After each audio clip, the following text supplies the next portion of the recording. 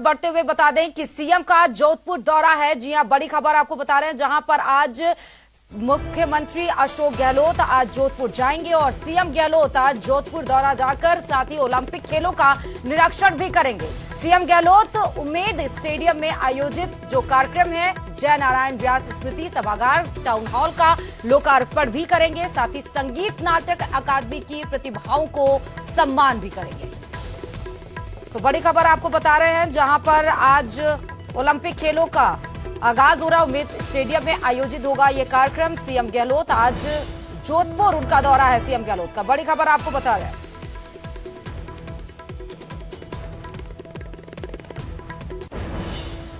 तो सीएम अशोक गहलोत का जोधपुर दौरा है, जहां पर आज जोधपुर जाएंगे अशोक गहलोत, साथ ही ओलंपिक खेलों का निरीक्षण करेंगे। सीएम अशोक गहलोत उम्मेद स्टेडियम में यह आयोजित हो रहा है कार्यक्रम, जहां पर जय नारायण व्यास स्मृति सभागार टाउन हॉल का लोकार्पण भी किया जाएगा, साथ ही संगीत नाटक अकादमी की प्रतिभाओं को सम्मान भी देंगे।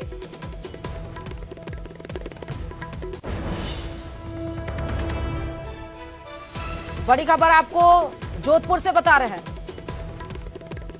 और इस खबर पर हमारे साथ निरंजन जुड़े हुए हैं। निरंजन, एक सीएम अशोक गहलोत का जोधपुर दौरा है, किस तरह की तैयारियां हैं और ओलंपिक खेलों के निरीक्षण के साथ साथ संगीत नाटक अकादमी की प्रतिभाओं का भी सम्मान किया जाएगा?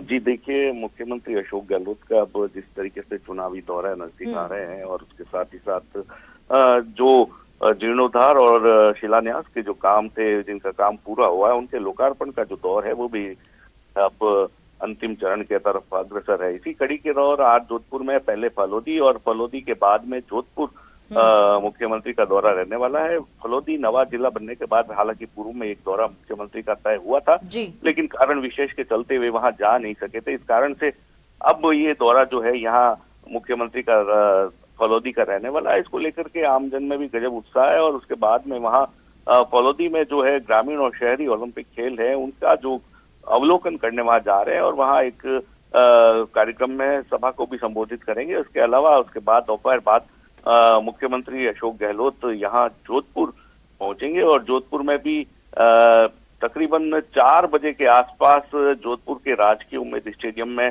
ग्रामीण और शहरी ओलंपिक खेल के लिए यहाँ अवलोकन करेंगे और उसके लिए व्यवस्थाएं भी की गई है। आमजन के लिए भी गेट जो है वो निर्धारित किए गए हैं कि इन गेट संख्या 7, 8, 9 से आम जन है जो वो प्रवेश कर सकेंगे। उसके अलावा जो खेल के जो फाइनल टूर्नामेंट है रस्साकशी और वो आज यहाँ देखने को मिलेंगे। उसके बाद जय नारायण व्यास स्मृति सभागार टाउन हॉल है, शहर की सांस्कृतिक धरोहर के रूप में जो भी आयोजन होते हैं उसके लिए एक बड़ा भव्य जो भवन है, एक बड़ा जो सेमिनार हॉल है, उसका जो उद्घाटन है वो मुख्यमंत्री के कर कमलों द्वारा किया जाएगा। उसके साथ ही साथ जो राज्य स्तरीय एक प्रतिभा सम्मान समारोह है जिसमें कि संगीत नाटक अकादमी से जो भी प्रतिभाएं हैं उनको यहाँ सम्मानित किए जाने का कार्यक्रम सायकाल में होना प्रस्तावित है।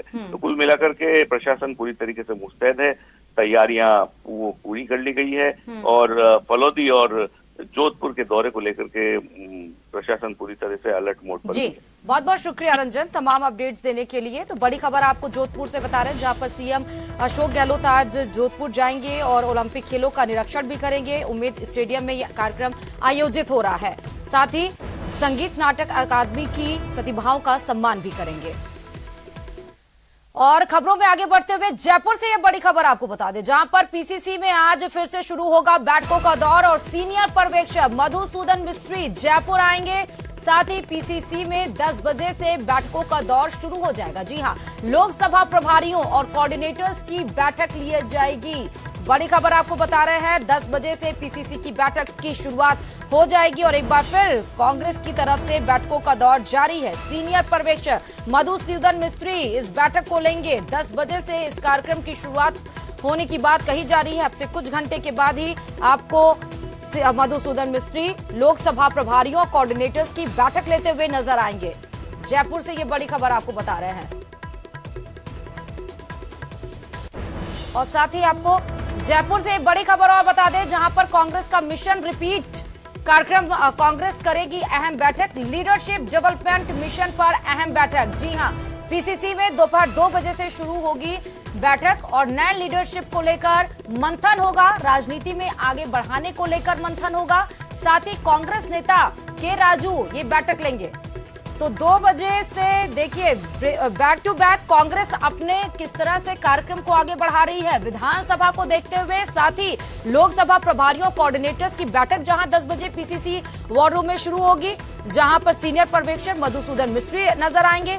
उसके बाद फिर आगे आपको बढ़ते हुए ये बता दें, जहां पर जयपुर से ये बड़ी खबर और है कि जहां पर कांग्रेस का मिशन रिपीट कार्यक्रम होगा और ये बड़ी खबर आपको बता दें, आज दोपहर 2 बजे पीसीसी में बैठक होगी। के राजू इसकी बैठक लेंगे। नए लीडरशिप को लेकर ये मंथन होगा। मधुसूदन मिस्त्री भी बैठक में मौजूद रहेंगे और साथ ही आपको ये भी बता दें कि Congress leadership development mission SC ST OBC monetary विभाग की बैठक आज होगी। तो बैक टू बैक तो इस खबर पर हमारे साथ बाबूलाल जुड़े हुए हैं। बाबूलाल, देखिए कांग्रेस की आज अहम बैठक राजस्थान में देखी जाए, पहली बात मधुसूदन मिस्त्री लोकसभा कोऑर्डिनेटर्स की बैठक लेंगे। उसके बाद से हम आते हैं जहां पर पीसीसी में 2 बजे से शुरू बैठक होगी, नए लीडरशिप को लेकर मंथन होगा, राजनीति में आगे बढ़ाने को लेकर मंथन होगा और उसके बाद फिर SC ST OBC मॉनिटरी विभाग की भी आज बैठक होगी। ये जो 3 फैक्ट्स में कांग्रेस की आज बैठकें हो रही हैं, कितना महत्वपूर्ण होने वाला है ये बैठक आज?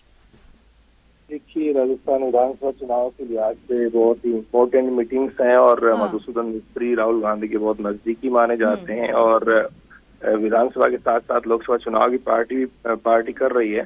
तो ऐसे में 25 जो लोकसभा के प्रभारी लगाए गए थे वो आज अपना पूरा जो फीडबैक है धरातल का, क्योंकि एक लोकसभा सीट के दायरे में 8 विधानसभाएं आती हैं, तो वो फीडबैक लेकर के आएंगे और अपनी सारी जो जानकारी है ग्राउंड की वो मधुसूदन मिस्त्री के साथ में साझा करेंगे।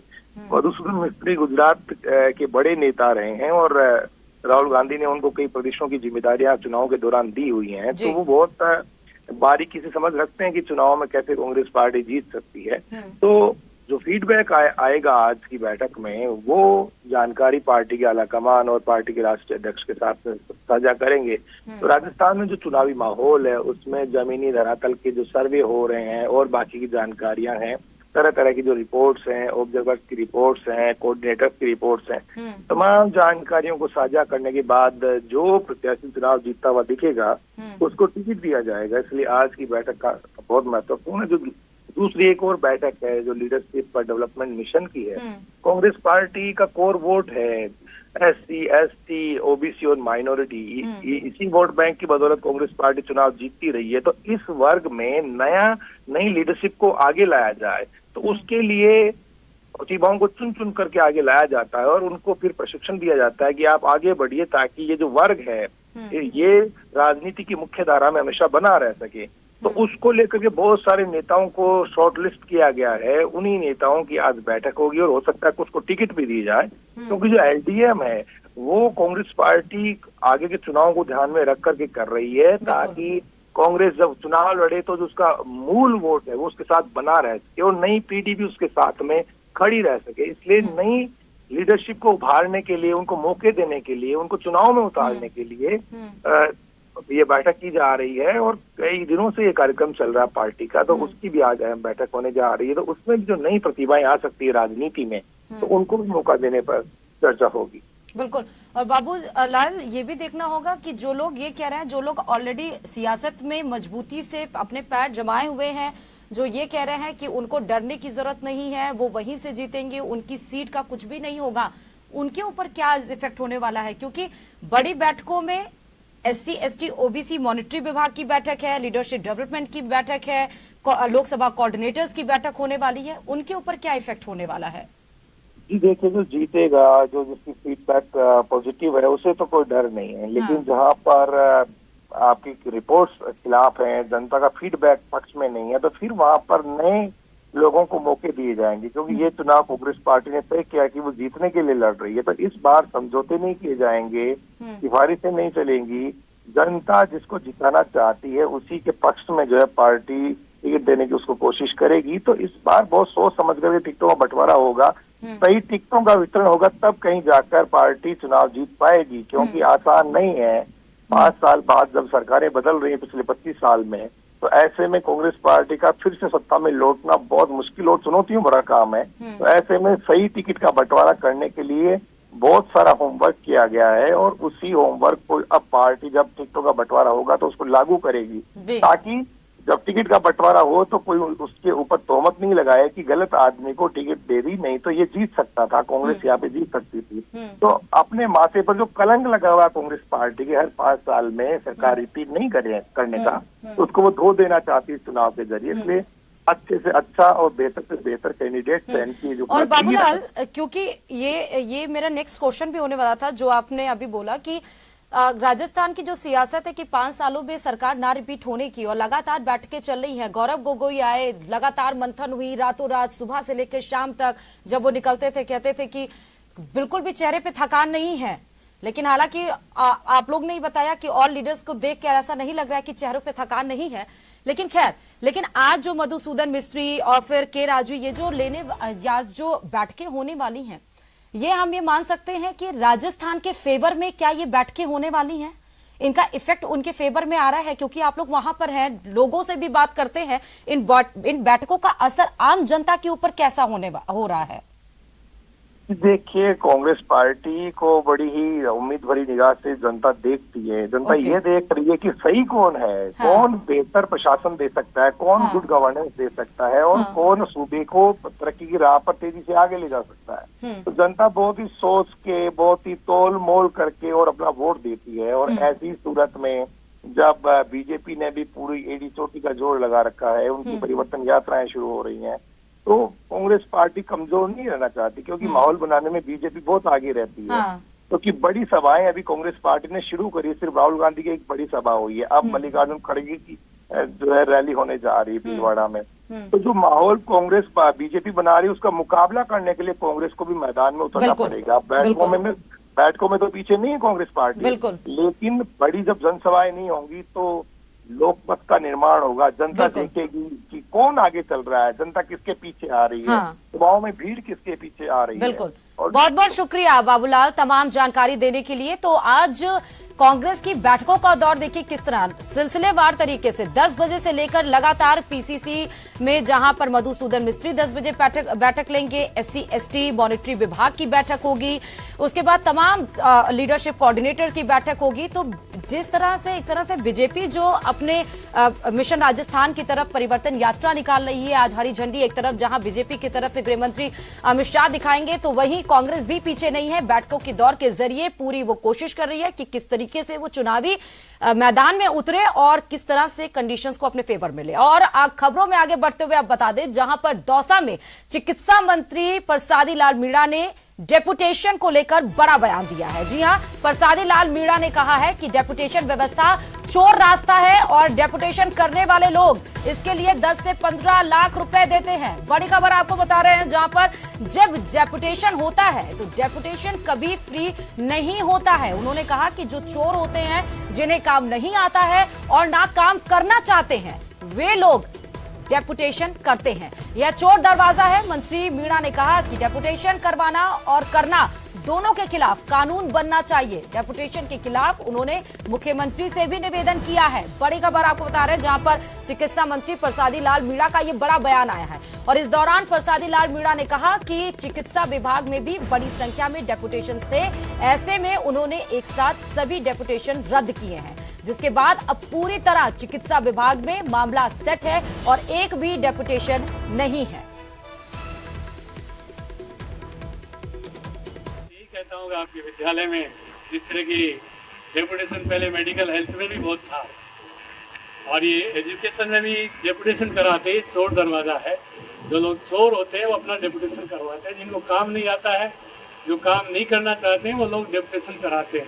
प्रिंसिपल साहब से कहूँगा जो डेपुटेशन है उनकी लिस्ट दे दो, उनका डेपुटेशन निरस्त कराएंगे।